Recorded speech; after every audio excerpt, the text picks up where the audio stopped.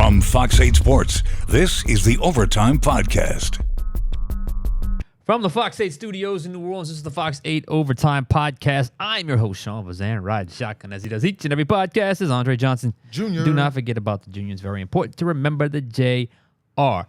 Before we get into today's content, be sure to like, share, rate, and review. If you are watching us on YouTube, hit the subscribe button, get the bell notification for when we drop that fire content. It's been a busy week. The content has come in, and it has been on fire. And if you are watching us on the Gulf Coast Sports and Entertainment Network, thank you very much. Thank you for finding us here on this wonderful network that we have put together here at Fox 8, Great TV. It's been awesome. So here we are, Friday, City of New Orleans. An interesting week, an interesting dynamic out at Saints camp. It's unlike any week we've seen before since I've been covering the team, since you've been around the team, and really since we've been alive. It's just they've never had to do this, and we understand the circumstances that the week began with the coaching change. It will end with the Saints and the Falcons. We're going to get into that with one person in particular and then the rest of them. But before we get into that, Andre, how was your Friday? You know, it's going good. When you cover a 2-7 ball club, typically it's kind of boring. But one thing about the Saints is they will not let their team be boring. Despite this being 2-7 halfway throughout the season, there is plenty to talk about on Airline Drive. Lots and lots and lots to talk about. We have addressed a lot of it this week. And we've addressed this one person that we're going to talk a little more in depth about today, just kind of in bits and pieces. But I do want to focus in on Saints general manager Mickey Loomis, because we've brought him up, and obviously he plays a role in the organization. And there's been a seismic shift, a bombshell over on Airline Drive. And like it or not, he's a part of it. And it's just been a weird week for Mickey out on Airline Drive. And I think that's where we wanted to go with the big picture today. Right. You know, we've talked about the players. We've talked about the new interim coach. We've talked about the former head coach, Dennis Allen. But one person we really haven't talked too much about is general manager Mickey Loomis. Obviously, all the reports swirling that the decision to fire Dennis Allen did not come from Mickey Loomis. It was an executive decision by Gail Benson. Also reported that Gail Benson potentially met with some of the Saints players without Loomis, and that's how she came to that decision. So with Mickey Loomis seemingly being overruled and vetoed when it comes to the firing of his head coach, Dennis Allen, where does that now leave Mickey Loomis? Well, that specific question, I don't know, and I don't think that's a foregone conclusion either way with that. But what I wanted to do was just kind of like piece together this week, and we have to talk about Mickey Loomis. Yeah. We have to, and not just in the sense with the things that we've harped on with organizational issues, and it's bigger than DA. I've said that a million times this week, and it's gotten a crazy amount of run on social media, a lot of response on all my social media channels that, you're right, it's bigger. And a lot of people have pointed to Mickey Loomis. And yes, we're going to get to that. But I also want to just hone in on this. I don't think Mickey's handling this well. Like, from a personal standpoint, professional standpoint, I just have to say I don't think he's handling this well. First off, the organization did something that they've never done Monday under the Benson regime. And they fired a head coach midseason. And no one from leadership has spoke about it. At least they've come out and addressed the situation, and not ownership, not the front office. I mean, that is a major, major, major decision that you've never had to make before, and no one has come out like in front of the entire media corps and addressed the situation with a back and forth press conference. And frankly, we've already discussed, you mentioned it, how this has all the makings of team owner Gail Benson went one way, while Loomis, team general manager, who's basically kind of been running things for a long time, wanted to go another way. And for the first time, I'm just starting to think maybe Loomis has never really had to deal with anything like this, where basically team owner Gail Benson, I guess you could say, either vetoed him or overruled him or said, no, we're going this direction. You may not want like this direction, but this is the way we're going in. Where something that he's probably never had to deal with before since he's been on the job. I mean, even with Mr. Benson, look, when it came to football operations and Mickey ran the show, they basically trusted Mickey Loomis's decision making. So I think this is the first time he's really had to deal with any sort of, I don't want to call it negativity, or just basically not being in step with, I guess you could call, not guess, it is his boss, where they essentially, if you read the tea leaves or if you read the reports or if you just kind of understand the way this is all played out, overruled him. Since the firing, Loomis went on WWL radio. He does that. I don't know if it's the coach's show or the GM show. I don't know if it's an every week segment, but he's done it a few times. Again, that's a one-on-one setting to a radio show. And honestly, I'm sure you listened to it. I listened to it. It felt like he was kind of doubling down a little bit. It was injuries. The circumstances caused the record. That's just the truth.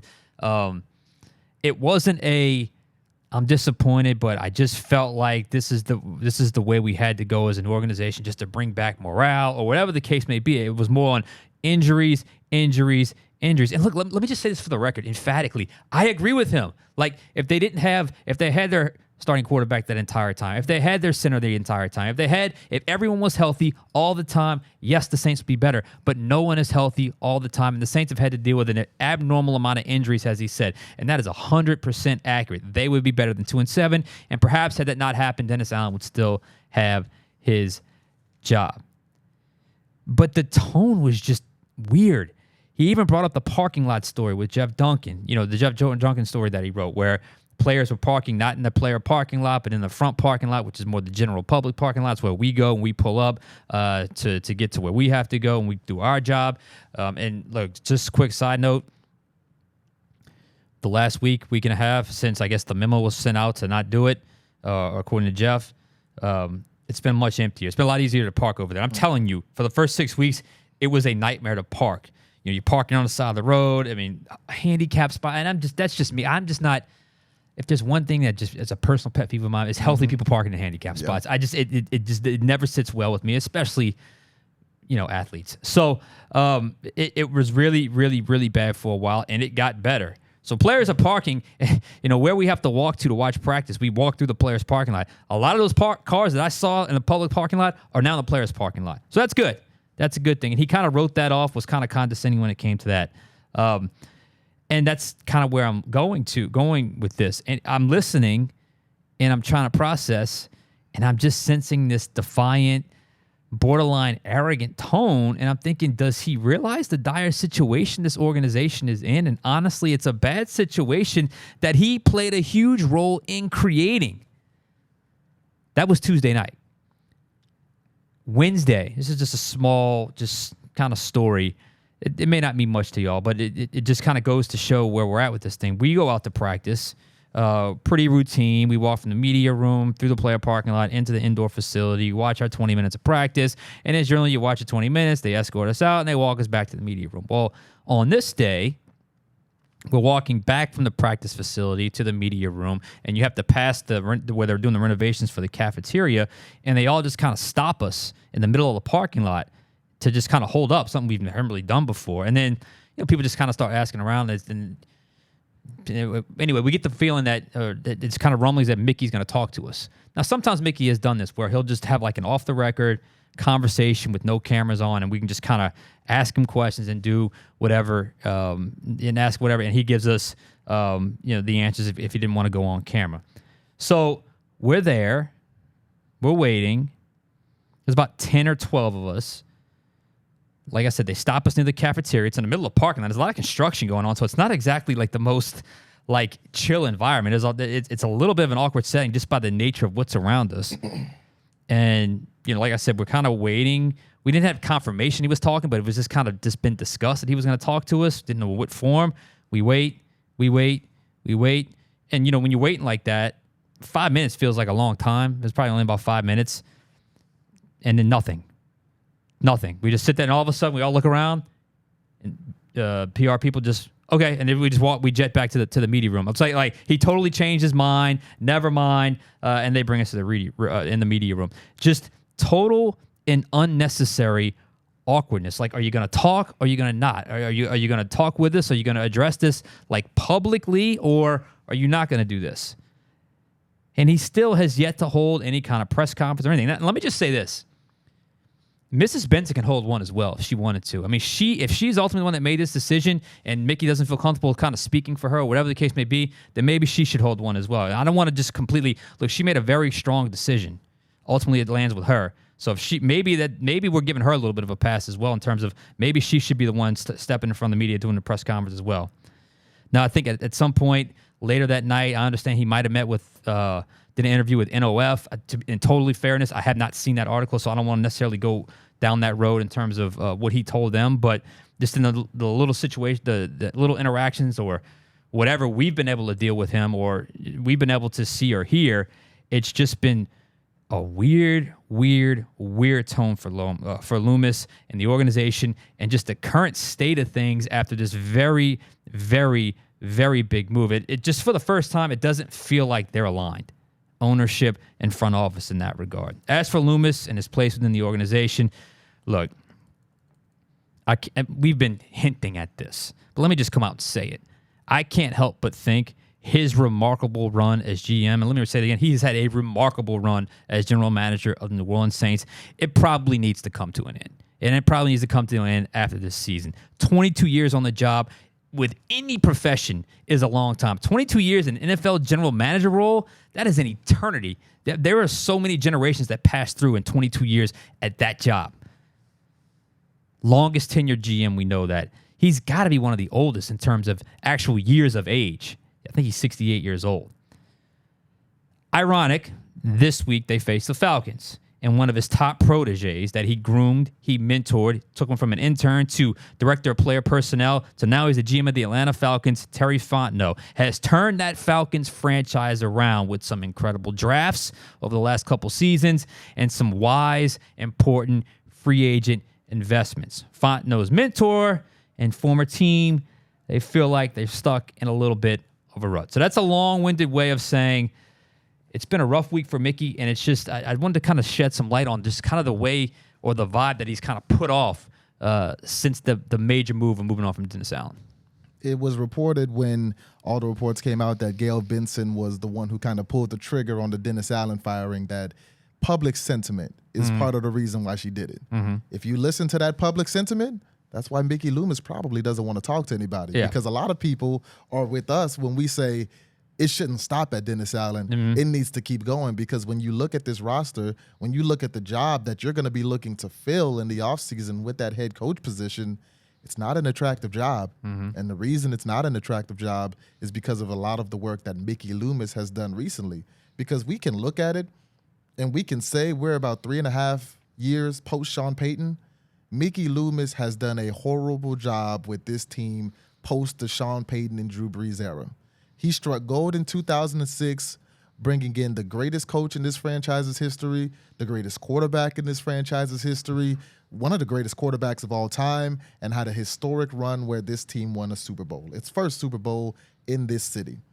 But ever since that quarterback and that coach left, what have you been able to do? A lot of this is, what have you done for me lately? And at some point, you got to look and say, Mickey Loomis has not done much good for this franchise lately. You look at looking for a franchise quarterback since Drew Brees. They tried the Jameis Winston experiment. He's now in Cleveland. That didn't work how you wanted it to. You dabbled in Taysom Hill. He's a tight end now. That didn't work. You tried Andy Dalton. Andy Dalton didn't work. He's in Carolina right now. Now you're trying Derek Carr, and so far, Derek Carr has not worked. This team has not been in the playoffs, and right now, they're sitting at 2-7. And if you even want to go further than that, Jake Haener so far. We had the weird situation with Jake Haener where once Derek Carr got hurt, Jake Haener was demoted to the third quarterback. You bring in and draft Spencer Rattler, and all the fan base gets excited about Spencer Rattler. Spencer Rattler goes out there and fails for 3 games. And you have not been able to find the answer at quarterback ever since you lost Drew Brees.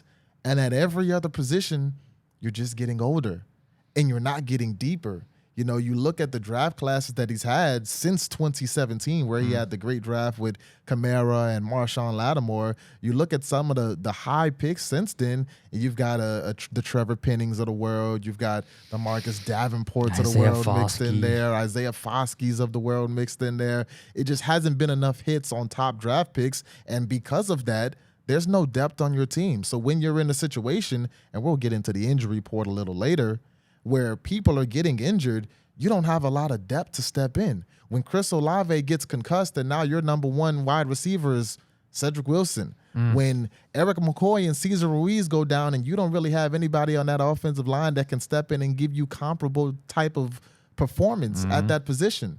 When now you've got Kool-Aid McKinstry down and Paulson Adebo down, you trade Marshawn Lattimore.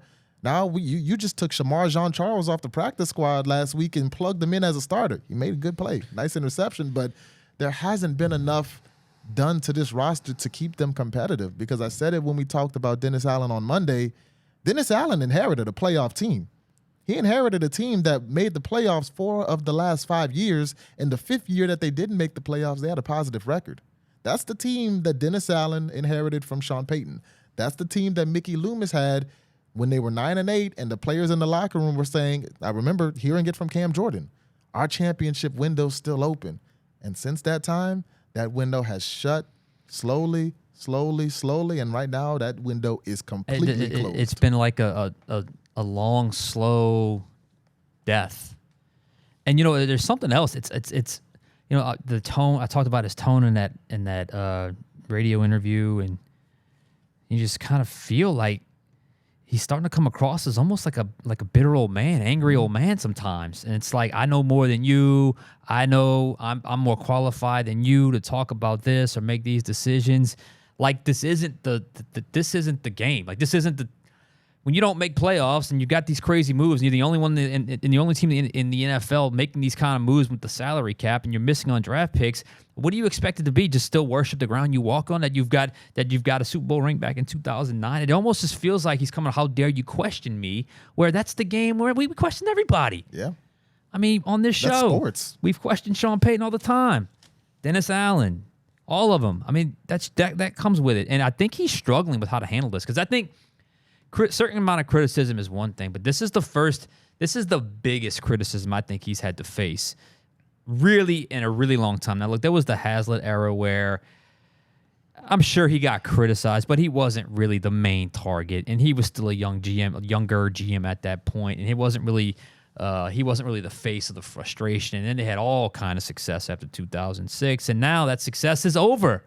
And I think he's struggling with how to deal with that. And not just that, he's struggling with the idea that he doesn't have the answers. And now people in the organization above him are seeing he doesn't have the right answers. And this is the way he's kind of handling it. And I just thought it was important to point that out, because it was not a good week for Mickey. And that's fine. If you want to ride with your guy, so be it. But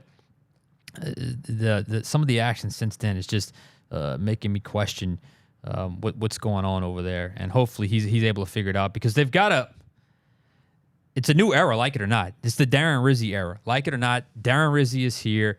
He's going to coach on Sunday against the Atlanta Falcons, and if I'm being completely honest, we'll go here next.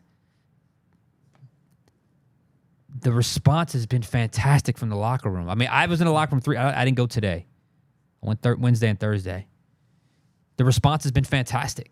So I guess we could talk about the Rizzi effect now. Yeah, you know, you said it hasn't been a good week for Mickey Loomis. It's been a great week for Darren Rizzi. He's been promoted to interim head coach, and he's starting to try to put his stamp on this team in certain ways. And one of the biggest things that we've heard about Darren Rizzi from everybody in that locker room is how much of an energy guy he is. And the energy is what's really been lacking over the last few weeks, the 7 weeks that this team has been on a losing streak. You've been in the locker room the last few days. Do you feel a new energy? 100%. I mean, it was very lively in that locker room on Thursday when I walked in there. Wednesday, I didn't get to be in there long because Rizzi's a talker now. Rizzi's a talker. Yeah. I think just a natural talker as a person, and then it's his first press conference as interim head coach, at least on a game Wednesday, which is the big press conference. So he was going. That press conference lasted 31 minutes. Yeah. That's a long time. It's a lot to sort through. But I think he's a natural talker as it is, and so is Derek Carr. So for those two guys to go back to back, and in the middle of that, as they're talking, the locker room is open. I didn't have a whole lot of time to get in on Wednesday, but I got in there Thursday. And, I talked to a couple of players, and the energy's different, man. The energy's different. There's a few more smiles on those faces. There's just a little more livelihood. He rearranged the locker room. I don't know if that's leading to more conversation, whatever the case may be. Talked to one player, just the vibe is just a little bit different. Hey, Alvin Kamara, I don't know if you saw the soundbite that I posted on my social media. He said, you don't want nobody going to the ground. If somebody goes to the ground, he gets in your face and lets you know about it. We haven't had that around here in a long time. That really stood out to me when he said that. I was like, okay, all one has to do to get a gauge of the locker room or get a gauge on if they feel like the things are at least on a positive swing, just listen to Alvin. And just kind of watch his body language. And he's got that smile where he can't fake it. Like, if it's a smile like a what are you talking about smile, if it's a mischievous smile, if it's a genuinely happy smile. He had a little bit of a happy smile on this week, so I think that's a good thing for the Saints. So I think there's going to be an interim bump. I think there is going to be an interim bump, but I also see the game status column between the Falcons and the Saints. There's I'm just guessing, about 10 for the Saints, and there's 3 for the Falcons. That's just the reality that they have to deal with. But yeah, I think the Rizzy effect is going to be real. Yeah, and the interview, like you said, with Alvin Kamara is telling, because working in sports media, there are certain players who can really turn on that politician and tell you what you need to hear or what they want you to hear. They can send a specific message. They may not be all the way genuine. And there are certain players who are just going to tell you what's on their mind, and it will be unfiltered. Mm-hmm. There will be curse words mixed in there, but it will be honest and it will be unfiltered. And Alvin Kamara is one of those guys. When you talk to Alvin Kamara, you kind of get the sense of he is giving you the most genuine form of his thoughts. Mm-hmm. And that's what it felt like when I was listening to the sound that you guys had in the locker room from Alvin Kamara. And that's what this team needs, because from an X's and O's perspective, you touched on the injury report, and we'll get there in a second. There's a lot of people missing, but you do have your quarterback. You've got your running back. You've got Taysom Hill. We talked about how important Taysom Hill was in this puzzle when it comes to Clint Kubiak. Your defensive line's healthy. Offensive line is your Eric McCoy is finally on his way back in. You've got Cesar Ruiz back. You've got enough players to go out there and be competitive despite how many injuries that you have. And you had enough players last week against Carolina to go out and be competitive. Well, definitely Carolina. But it hasn't been happening, and a lot of that is because I think the players gave up on Dennis Allen. Now you've got a new face, you've got a new voice, there's a new renewed energy. I think we can see a bit of a Rizzy revival, and it starts Sunday against Atlanta. And let me make this clear as well. Like this, Darren Rizzi is looking at this as this could be my only shot to show I can be a head coach in the NFL. It's an audition. I am pouring every last bit of energy, detail, strategy, talking to any mentor I can to get any kind of advice, because I want our team to succeed, but I want to succeed. Because if I could show that I can kind of rebuild this thing, if I could show that I can revive this place from an energy standpoint, even if I don't get the job here, that will resonate. Because who was the coach that was an interim? Well, heck, Dan Campbell was an interim in Miami, and he eventually got the job in Detroit. I want to say, my goodness, was it maybe Todd Bowles? I don't know. There's been examples of a guy stepping in as an interim, not getting the head job, but other openings, he becomes a valid option, and he kind of gets himself into that mix, because that's the hardest thing, is break yourself into that mix of up-and-coming head coaching candidates. So if you're Darren Rizzi, and it's not like it's a 3-game audition where, it's not going to make much difference. No, if you come in and you got a 2-7 team who's currently projected to finish 3rd in the draft order right now, draft number 3, and all of a sudden you turn them into a 7-10 team, fans might not like that, but that goes to show you that you had an impact, a tangible impact on wins and losses. So I think the Rizzy effect is real. But what's also real, I want you to read these off if you don't mind. Yep. This is the injury report, and there are some significant names on here. Out. Already ruled out for Sunday's game, Cedric Wilson, Chris Olave, Kool-Aid McKinstry, and Lucas Patrick on the offensive line, all ruled out for Sunday. Doubtful for Sunday is Eric McCoy coming back from That's that actually a groin good injury. thing. That is a good thing because he's been on the injured reserve for the last few weeks. And questionable for Sunday, Nephi Sewell, Shane Lemieux, Will Harris, John Ridgway, Rico Payton, JT Gray, and the big name Jamal Williams, who he missed last week with an injury. He practiced in a limited capacity on Wednesday, practiced in a limited capacity on Thursday, and then Friday, today, he did not practice. Another seemingly practice injury for this team. Oh, God. And that's the one thing I was hoping that would change. I don't know about the activation period right now because I know that's what they added in here as we got another minute and a half here. But that's tough to see another injury at practice. So with Cedric Wilson out, that means Olave, Shaheed, Wilson are out. Those are your top three receivers. So you have Mason Tipton, Marquez Valdez-Scantling, Jermaine Jackson, who's the returner. Who else do they have a receiver? Is Bub Means still back, or is he on IR? I think Bub Means is on IR. Okay. Equinemius St. Brown. You better line Taysom out there. Jawan Johnson, Taysom Hill. And by the way, Drake London is questionable. And then J.D. Bertram is out for the Falcons. So Drake London is questionable with that hip pointer. Drew Dahlman is questionable, but he practiced fully all week for the Falcons. So you're seeing the long list of names for the Saints that may or may not be there, and then the very short list of names for the Falcons. It is what it is at this point, but it's good news for Nephi Sewell, good news for Will Harris, and certainly good news for Eric McCoy that they're back on the list because they were off with the IR type of situation.